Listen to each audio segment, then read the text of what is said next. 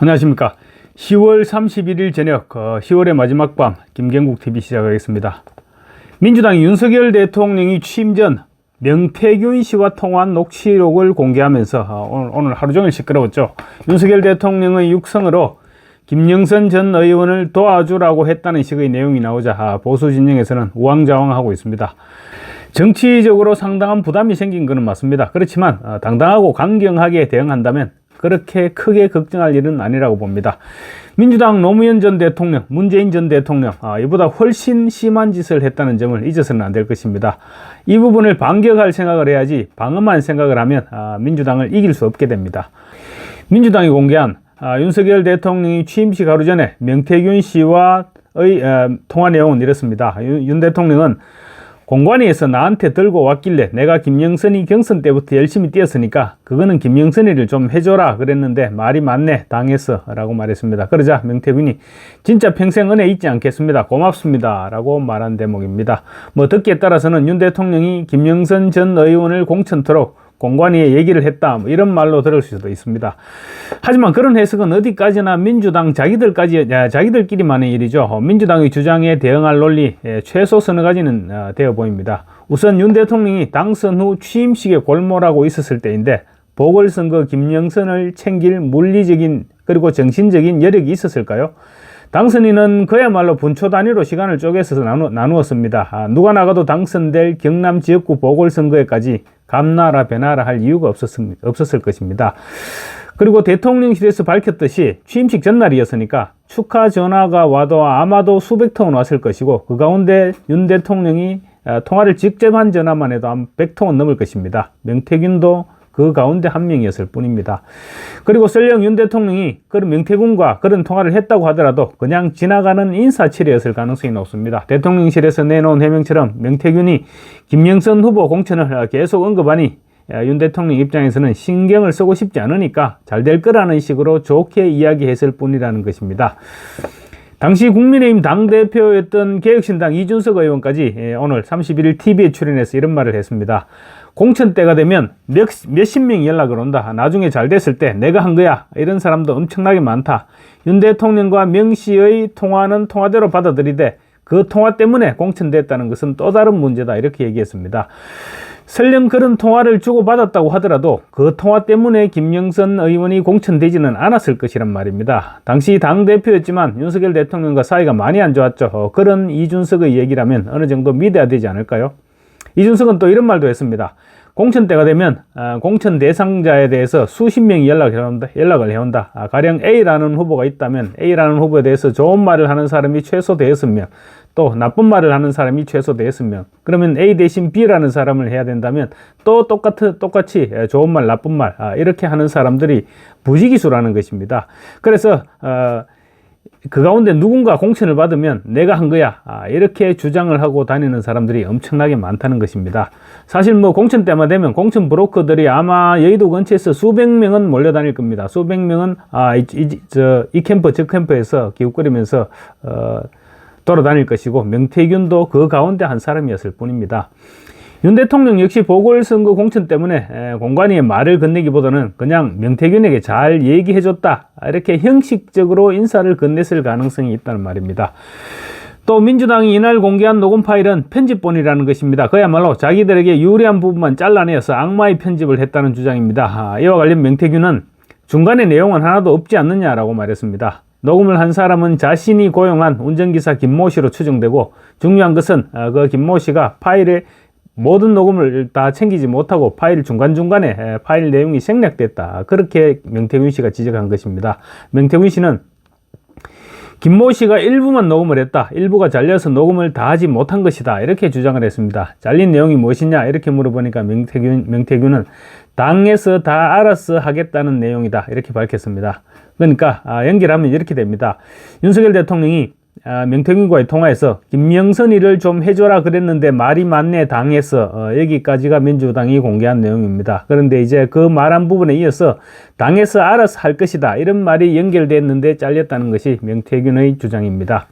그리고 중요한 것은 이 통화가 이루어진 시점이 대통령이 취임하기 전날이었다는 점입니다. 그러니까 아직 공직자가 아니던 시점의 이야기로 법적으로도 아무 문제가 없다는 것이죠. 헌법에 명시된 탄핵 사유라는 것은 대통령이 된 이후에 직무를 하면서 헌법과 법률에 위반하는 중대한 행위가 있었을 경우입니다. 그런데 지금 흘러나오는 공천 과정의 일들은 모두 대통령 취임하기 전에 당선인 신분에서의 대화였을 뿐입니다. 그걸 놓고 지금 민주당에서 야단 법석을 떨고 있죠. 그런데 결국 궁지에 몰린 이재명을 구하겠다, 그런 생각에서 더욱더 민주당에서는 세게 나오고 있는 것입니다. 대통령이나 대통령 당선인 1호 당원이죠. 1호 당원 입장에서 자신의 정치적인 의견을 얼마든지 얘기할 수 있습니다. 설령 대통령 당선인이 사람을 추천했다고 하더라도, 그렇다면 국회의원이 지방선거 때 지역의 인재를 추천하는 것과 대통령 당선인이 추천하는 것이 뭐가 다를 수 있죠? 국회의원들이 인재를 추천하면 그게 당무 개입입니까? 아니지 않습니까? 당에서 제대로 평가해서 결정하면 그뿐입니다. 이준석도 그런 식으로 얘기를 했죠. 더군다나 당시 당대표는 이준석이었습니다. 윤 대통령이 추천을 했더라면 가만히 있었겠습니까? 오히려 그 후보는 불이익을 당했을 것입니다. 나중에 이준석이 또 그런 빌미를 잡아서 아마 난리를 쳐도 10번은 더 쳤을 것입니다. 검사 출신 국민의힘 권성동 의원도 같은 말을 했습니다. 아무 문제가 없으며 그걸 가지고 무슨 선거 개입이니 공직선거법상 선거관여죄니 선거개입죄니 이렇게 주장하는 것은 너무 나간 주장이라는 것이죠. 선거 개입을 했다면 노무현 전 대통령이나 문재인 전 대통령, 그 정도는 돼야 개입이라고 할 수 있죠. 그런 노무현 문재인을 대통령으로 만들었던 민주당 의원들이 지금 윤석열 대통령의 이 하찮은 전화통화 하나를 가지고 선거 개입 운운하고 있는데 그야말로 가소롭기 짝이 없는 일입니다. 노무현 전 대통령은 재임 중이던 2004년 취임 1주년 기자회견에서 이런 얘기를 했습니다. 국민들이 당시 열린우리당을 막 창당하고 이럴 시점이죠. 국민들이 총선에서 열린우리당을 압도적으로 지지해 줄 것을 기대한다. 대통령이 뭘 잘해서 열린우리당이 표를 얻을 수만 있다면 합법적인 모든 것을 다 하고 싶다, 이렇게 얘기했습니다. 당무 차원이 아니라 이건 명백한 선거 개입이었죠. 대통령이 기자회견에서 대놓고 특정 정당 지지를 호소한 것은 분명 헌법 위반이었습니다. 그래서 당시 탄핵안이 국회에서 가결됐던 것인데, 윤석열 대통령의 발언은 노무현 전 대통령의 발언에 비교하면 아무것도 아닙니다. 그야말로 쇠발의 피 정도라고 할 수 있을 것입니다. 문재인은 또 어땠습니까? 문재인은 2018년 지방선거를 앞두고 이런 말을 했죠. 내 친구 송철호가 울산시장이 됐으면 좋겠다. 대통령의 이 말 한마디에 전 청와대가 모두 발벗고 나섰습니다. 청와대의 모든 부서가 나서서 선거 공작까지 감행해가면서 송철호를 결국 울산시장에 당선시켰습니다. 그때 선거 공작 혐의로 송철호, 황운하 이런 사람들이 1심에서 징역 3년의 실형을 선고받았죠. 그리고 이제 내일 모레 항소심 재판 선고가 내일 모레 11월 21일로 예정되어 있습니다. 항소심에서도 유죄가 선고될 수밖에 없는 그런 구조인 것입니다. 당시 문재인 청와대는 8개의 수석 비서관실이 나서서 송철호의 당내 경쟁 후보를 주저앉혔는가 하면 공약까지 개발해 줬습니다. 또 경찰로 하여금 하명 수사를 하도록 해서 선거 하루 전날 경쟁 후보인 김기현 후보의 사무실을 전격 압수수색했습니다. 그 결과 선거 초반 아예 비교도 되지 않던 송철호가 결국은 김기현 후보를 누르고 당선이 되는 그런 결과를 낳았었습니다. 그 공로로 울산경찰청장이던 황운하는 공천을 받아서 국회의원 배지까지 달았습니다. 그렇게 눈에 뻔히 보이는 짓거리를 했던 민주당 인간들이 지금 와서 공천 개입이라고 그런 터무니없는 말을 하면 안 되지요. 이재명은 지난 총선 때 공관위를 형식적으로 내세워놓고 공천을 사실상 떡점을 얻듯이 자기 마음대로 다 했었죠. 그런 일을 벌써 잊었는지 모르겠습니다. 그런 짓을 했던 놈들이 지금 와서 정치 버럭고 명태균과 엮어서 윤 대통령의 공천 개입을 엮어서 탄핵해보겠다고 합니다. 정신 나간 사람들입니다. 민주당 니네들이 아무리 내로남불의 대가라고 하지만 제발 니네들 얼굴에 묻은 그 쓰레기들부터 좀 치우고 나서 다른 사람들의 얼굴을 평가하는 게 그게 순서가 아닐까 싶다.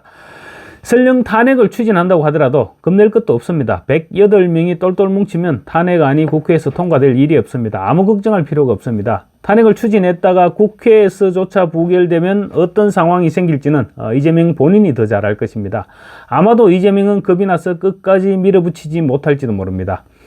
그리고 보수 진영에서도 대통령이 탄핵을 당하면 어떤 일이 벌어지는지 지난번 박근혜 전 대통령 탄핵으로 당했던 그 학습 효과로 이미 모두 알고 있습니다. 보수 진영이 아예 말살될 것이라는 것을 모두가 알고 있습니다. 의원들도 너무너무 잘 알고 있을 것입니다. 그러니 우왕좌왕하지 말고 단일 대오로 그냥 민주당에 맞서면 됩니다. 이제 내일 모레 15일이면 이재명이 사법부에 의해서 탄핵되게 될 것입니다. 우왕좌왕하다가는 자칫하면 야권의 프레임에 또 말려들게 된다, 이런 말씀을 드리고 싶습니다. 감사합니다. 구독과 좋아요 그리고 알림 설정은 저에게 큰 힘이 된다는 말씀을 드리면서 오늘 방송 마치겠습니다. 감사합니다.